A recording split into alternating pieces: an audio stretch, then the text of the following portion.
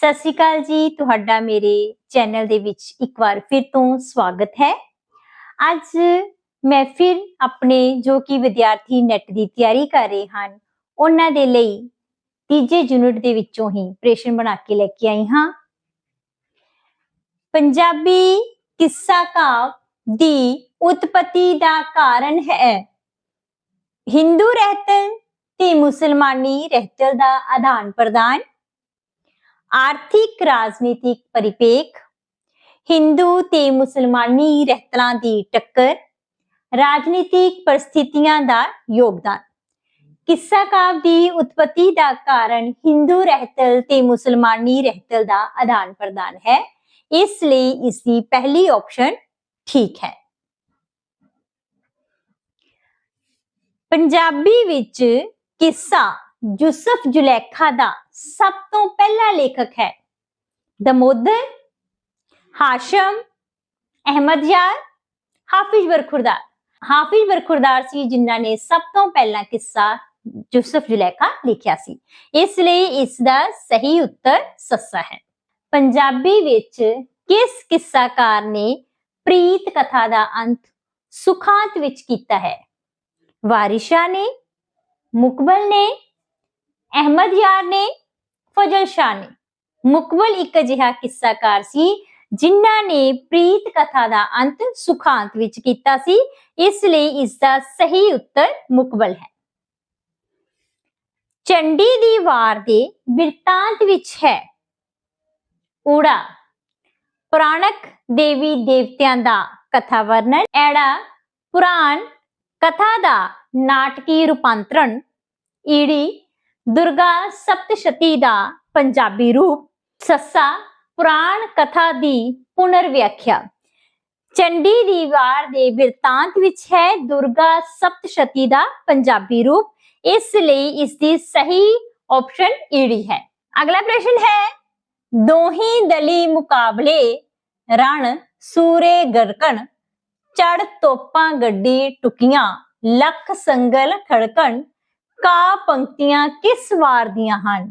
ਚੰਡੀ ਦੀ ਵਾਰ ਦੀਆਂ, ਨਾਦਰ ਸ਼ਾਹ ਦੀ ਵਾਰ ਦੀਆਂ, ਚੱਠਿਆਂ ਦੀ ਵਾਰ ਦੀਆਂ, ਲਵ ਕੁਸ਼ ਦੀ ਵਾਰ ਦੀਆਂ।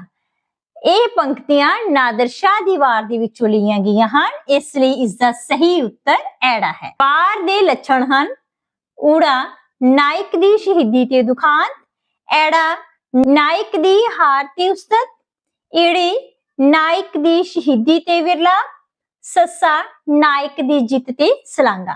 ਨਾਇਕ ਦੀ ਜਿੱਤ ਤੇ ਸਲਾਂਗਾ, ਇਸ ਲਈ ਇਸ ਦਾ ਸਹੀ ਉੱਤਰ ਸੱਸਾ ਹੈ। ਪੰਜਾਬੀ ਵਿਦਵਾਨਾਂ ਅਨੁਸਾਰ ਜੰਗਨਾਮਾ ਸਿੰਘਾਂ ਤੇ ਫਰੰਗੀਆਂ ਦਾ ਵਾਸਤਵਿਕ ਕਾਵਿ ਰੂਪ ਹੈ ਊੜਾ ਜੰਗਨਾਮਾ, ਐੜਾ ਵਾਰ, ਈੜੀ ਮਿਸ਼ਰਤ, ਸੱਸਾ ਕਿੱਸਾ। ਇਸ ਦਾ ਇਹ ਰੂਪ ਮਿਸ਼ਰਤ ਹੈ, ਇਸ ਲਈ ਇਸ ਦੀ ਸਹੀ ਆਪਸ਼ਨ ਈੜੀ ਹੈ। ਮਿੱਥ ਦਾ ਆਧਾਰ ਹੈ ਇਤਿਹਾਸ ਤੇ ਮਿਥਿਹਾਸ, ਪਰਾਭੌਤਿਕਤਾ ਤੇ ਯਥਾਰਥ, ਸੱਭਿਆਚਾਰ ਤੇ ਇਤਿਹਾਸ, ਪਰਾਸਰੀਰਕਤਾ ਤੇ ਵਿਸ਼ਵਾਸ। ਇਸ ਦਾ ਸਹੀ ਉੱਤਰ ਹੈ ਪਰਾਭੌਤਿਕਤਾ ਤੇ ਯਥਾਰਥ, ਇਸ ਲਈ ਇਸ ਦਾ ਸਹੀ ਉੱਤਰ ਪਰਾਭੌਤਿਕਤਾ ਤੇ ਯਥਾਰਥ ਹੈ। ਪੰਜਾਬ ਵਿੱਚ ਕਾਦਰੀ ਸਿਲਸਿਲੇ ਦੇ ਮੋਢੀ ਸਨ ਬਖਤਿਆਰ ਕਾਕੀ, ਇਨਾਇਤ ਸ਼ਾਹ ਕਾਦਰੀ, ਹਜ਼ਰਤ ਮੀਆਂ ਮੀਰ ਲਾਹੌਰੀ, ਮੀਆਂ ਜਾਨ ਮੁਹੰਮਦ। ਇਸ ਕਾਦਰੀ ਸਿਲਸਿਲੇ ਦੇ ਮੋਢੀ ਸੀ ਹਜ਼ਰਤ ਮੀਆਂ ਮੀਰ ਲਾਹੌਰੀ, ਇਸ ਲਈ ਇਸ ਦੀ ਸਹੀ ਆਪਸ਼ਨ ਈੜੀ ਹੈ। ਕਿੱਸਾ ਕਾਵਿ ਦੀਆਂ ਮੁੱਖ ਸ਼ੈਲੀਗਤ ਜੁਗਤਾਂ ਹਨ ਪ੍ਰਕਿਰਤੀ, ਪ੍ਰਵਚਨ, ਸੱਭਿਆਚਾਰ, ਬਿਰਤਾਂਤ, ਵਰਣਨ, ਪ੍ਰਵਚਨ, ਸੱਭਿਆਚਾਰ, ਬਿਰਤਾਂਤ, ਪ੍ਰਕਿਰਤੀ, ਬਿਰਤਾਂਤ, ਕਥਾ ਵਾਰਤਾ, ਅਨੁਕਰਨ। ਬਿਰਤਾਂਤ, ਵਰਣਨ, ਪ੍ਰਵਚਨ ਸ਼ੈਲੀਗਤ ਜੁਗਤਾਂ ਹਨ, ਇਸ ਲਈ ਇਸ ਦਾ ਸਹੀ ਉੱਤਰ ਐੜਾ ਹੈ। ਵਾਰ ਕਾਵਿ ਵਿੱਚ ਕਿਸ ਛੰਦ ਜੁਟ ਦਾ ਪ੍ਰਯੋਗ ਕੀਤਾ ਜਾਂਦਾ ਹੈ? ਪੌੜੀ ਤੇ ਬੈਂਤ, ਨਿਸ਼ਾਨੀ ਤੇ ਸਿਰਖੰਡੀ, ਚੌਪਈ ਤੇ ਨਿਸ਼ਾਨੀ, ਸੋਠਾ ਤੇ ਸਿਰਖੰਡੀ। ਇਸ ਦਾ ਸਹੀ ਉੱਤਰ ਹੈ ਕਿ ਵਾਰ ਕਾਵਿ ਦੇ ਵਿੱਚ ਨਿਸ਼ਾਨੀ ਤੇ ਸਿਰਖੰਡੀ ਛੰਦ ਵਰਤੇ ਜਾਂਦੇ ਹੈ, ਇਸ ਲਈ ਇਸ ਦਾ ਸਹੀ ਉੱਤਰ ਐੜਾ ਆਪਸ਼ਨ ਹੈ। ਦੁਨੀਆ ਝੂਠੋਂ ਝੂਠ ਹੈ, ਸਭ ਕੂੜ ਬਹਾਨਾ, ਪੜਿਆ ਲਫ਼ਜ਼ ਇਹ ਮੌਤ ਦਾ ਅਸਾਂ ਵਿੱਚ ਕੁਰਾਨਾ, ਪੰਕਤੀਆਂ ਕਿਹੜੀ ਵਾਰ ਦੇ ਵਿੱਚ ਦਰਜ ਹਨ? ਊੜਾ ਨਜਾਬਤ ਦੀ ਵਾਰ ਦੇ ਵਿੱਚ, ਐੜਾ ਝੰਡੀ ਦੀ ਵਾਰ ਦੇ ਵਿੱਚ, ਈੜੀ ਚੱਠਿਆਂ ਦੀ ਵਾਰ ਦੇ ਵਿੱਚ, ਸੱਸਾ ਲਵਕੁਸ਼ ਦੀ ਵਾਰ ਦੇ ਵਿੱਚ। ਚੱਠਿਆਂ ਦੀ ਵਾਰ ਦੇ ਵਿੱਚ ਇਹ ਪੰਕਤੀਆਂ ਸ਼ਾਮਿਲ ਹਨ, ਇਸ ਲਈ ਇਸ ਦਾ ਸਹੀ ਉੱਤਰ ਈੜੀ ਹੈ। ਜੰਗਨਾਮਾ ਸਿੰਘਾਂ ਤੇ ਫਿਰੰਗੀਆਂ ਕਿਸ ਦੀ ਰਚਨਾ ਹੈ? ਊੜਾ ਸ਼ਾਹ ਮੁਹੰਮਦ ਦੀ ਰਚਨਾ ਹੈ, ਐੜਾ ਪੀਰ ਮੁਹੰਮਦ ਦੀ ਰਚਨਾ ਹੈ, ਈੜੀ ਗੁਲਜ਼ਾਰ ਕੰਗ ਦੀ ਰਚਨਾ ਹੈ, ਸੱਸਾ ਵਾਰਿਸ ਸ਼ਾਹ ਦੀ ਰਚਨਾ ਹੈ। ਜੰਗਨਾਮਾ ਸਿੰਘਾਂ ਤੇ ਫਿਰੰਗੀਆਂ ਸ਼ਾਹ ਮੁਹੰਮਦ ਦੁਆਰਾ ਰਚਿਆ ਗਿਆ ਸੀ, ਇਸ ਲਈ ਇਸ ਦਾ ਸਹੀ ਉੱਤਰ ਊੜਾ ਹੈ। ਰਾਂਝਾ ਰਾਂਝਾ ਕਰਦੀ ਨੀ, ਮੈਂ ਆਪੇ ਰਾਂਝਾ ਹੋਈ, ਸੱਦੋ ਨੀ ਮੈਨੂੰ ਧਿੰਦੋ ਰਾਂਝਾ, ਹੀਰ ਨਾ ਆਖੋ ਕੋਈ। ਇਹ ਕਾਵਿ ਸਤਰਾਂ ਕਿਸ ਦੀਆਂ ਹਨ?